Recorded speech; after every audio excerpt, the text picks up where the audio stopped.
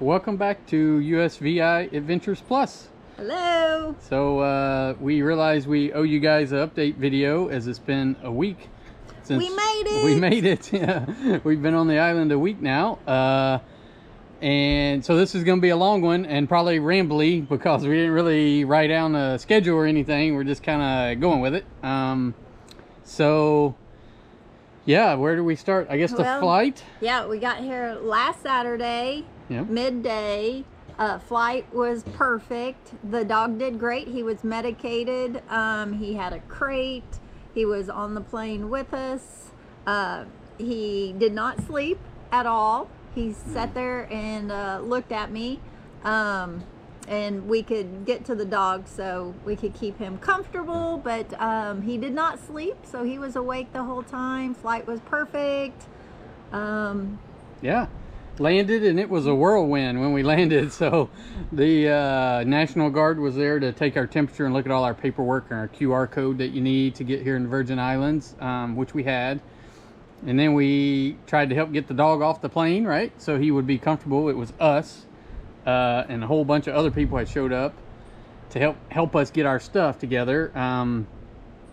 So it was like, at that point, they're trying to unload all our belongings, trying to get the dog off. The dog needed to, of course, go potty after 4 hours on the plane. Yeah. The rental car wasn't there yet. We had to call on that, but everyone was wanting to do everything for us at one time. And so that was definitely a whirlwind to get all of that taken care of. And then our real estate agent, Brad, was able to we had brought a new mattress, and then the dog crate, and so he had a truck, and so we followed Brad to our apartment.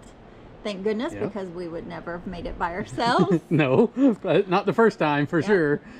Which is where we are now. The apartment's right here behind us. It's the front door that you see in the background, and yeah, so that was awesome that Brad was able to help us bring our stuff, so we at least had a mattress to sleep on the floor for a few days, which was fine.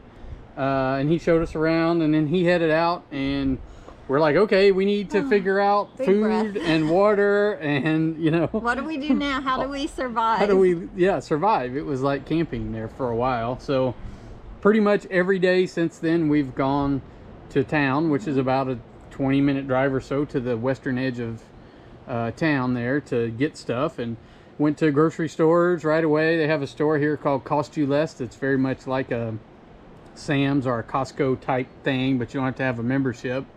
And so we did that to buy food and I think we've been drinks. there 3 or 4 times, a maybe. bunch, because we like to drink a lot of water. And we have cistern water here, which most people, if they are coming to the island, don't drink that. And so we've been very cautious of what we do with the water.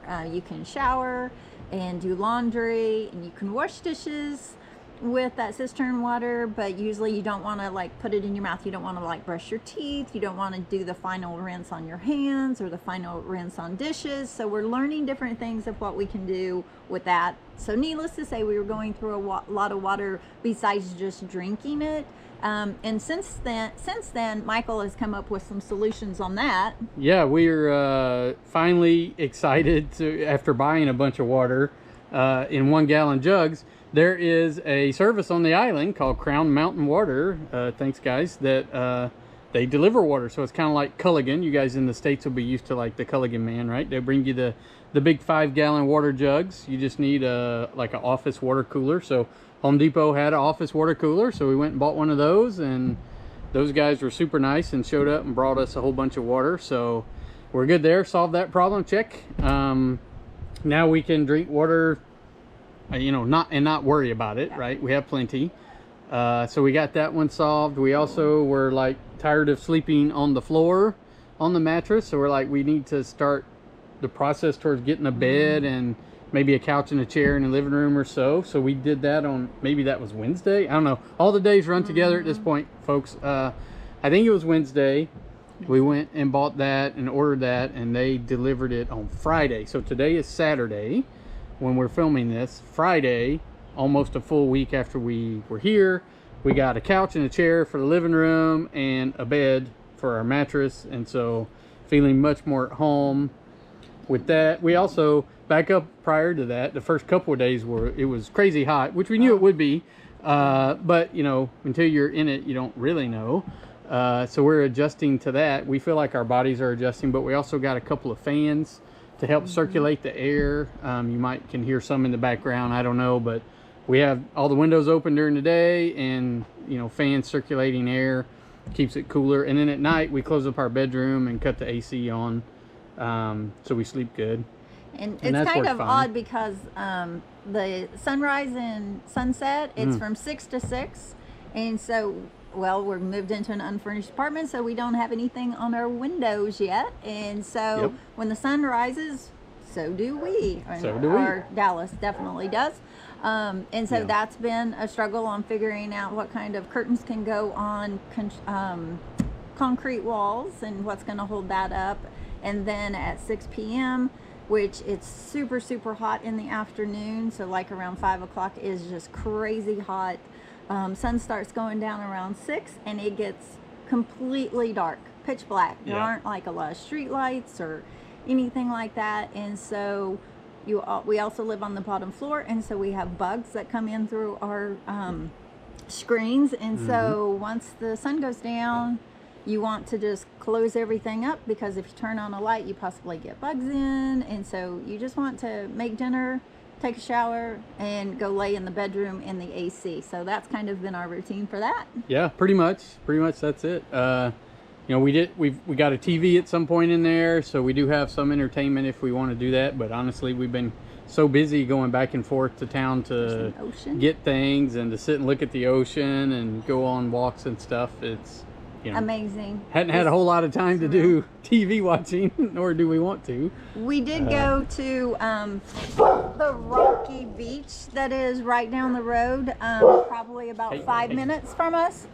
It's a rocky beach, and so we stopped there for our first beach trip. We took Dallas, and we jump in, and he kind of is biting at the waves and playing, learning about that. And so then we get home, and we were maybe there 15 minutes. We get home, and he's just really, really thirsty, and we had no idea why he was so thirsty. And we gave him water, and he finally vomited that up. And he just did that twice, and it was a lot. And so we were very concerned, Googled, ended up calling our vet back in Kansas City, getting advice, because we had not gotten established down here with a vet yet. Ended up calling a vet down here, and they were super nice. It was right at 5 o'clock, but they talked to us and gave us advice. And Dallas was absolutely fine.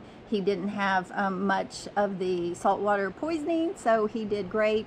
But that was a learning experience. So I don't know how you take a dog to the beach and you teach them not to drink water. So that's going to be a learning experience for us. But since then, we've gotten established with a nice vet. And so we've got them on speed dial in case anything happens to the guy. Well, and they told us a lot of the stuff to look out for, right? There is actually not a ton of stuff on the island to watch out for. There's not a lot of predators or anything like that, but that put our minds at ease talking to the vet about things that we need to make sure Dallas stays out of, or we need to watch for, you know. So that was useful. Also, that day was the day we got a phone. So another thing we learned is where we are on the western side of the island here, there is a cell tower, but it's a different kind, I don't know, different network.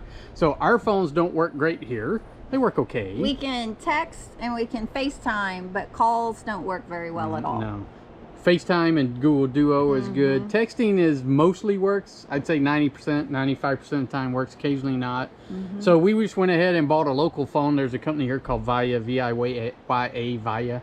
And they do, they have a cell phone service. In fact, the tower that's right over there is theirs, so it's perfect.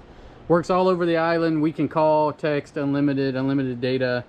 That's the same if we go back to the States. So we got that. So that was useful. That was a super blessing that we had that problem and that struggle, and Michael was able to research and come up with a solution, because the next day we totally needed it. That was a blessing in disguise there. Yep. So very good. For sure.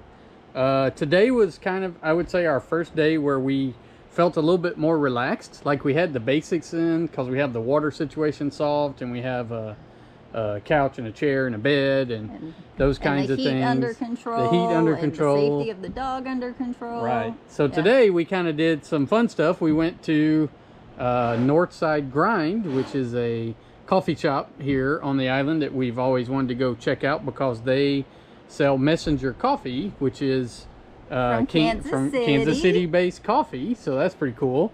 So we went there and got a sandwich and a couple of cold brews, and it was great. And then we wanted to go by a local brewery, so we did that, Leatherback Brewing, and got a couple of 6-packs of beer there for some local beer. It's pretty good. This is my first one, Blonde Ale. It's great. Enjoying it so far. We're really close to the airplanes. One just flew over. That's how it reminded me. So it's kind of cool watching the planes come in for landing. They usually take off the other way based on the wind, but we'll sometimes see them circle around. So, but that's pretty neat. So from our front porch, we can sit and we see a little bit of the ocean, and there's some little mountainous islands out there that I believe are uninhabited. Did I say that? Inhabited. There we Excuse go. me. So we can watch that, and then the planes coming in, and we have a beautiful walk where we can go up further up the mountain and have a fantastic view. It's so peaceful, and it's still very surreal. It's like you gotta just breathe it in. It's awesome. Yeah, it really is. It really is. It does rain here, kind of like those of you that live in the southeast are used to the kind of pop-up showers in the afternoon. Yep, we get those. It hasn't rained here the past couple of days, but the prior 2 or 3 days it did in the afternoon, and those are actually really nice because it cools things off quite a bit. Then when the sun comes back out, you get the steaminess, but at least for an hour or so while it's rainy and all windy, the breeze is picked up. It's much nicer. So not sure what else. We're just continuing on, right? We feel like we have the basics under control at this point. I'm sure there's something we don't know, but we'll learn it. And so next big steps are patio furniture, so we can spend some more time outside, and we got some stuff to try to help us with the mosquitoes after it gets dark. We haven't tried it yet, but we're going to try it tonight. So anyway, just that kind of things. I guess you want me to kind of show them around real quick, and then we call it good. Is there anything else? Nope. Okay. So front door of the apartment. Again, we're on the bottom floor, and there you can see Dallas and Tammy right there.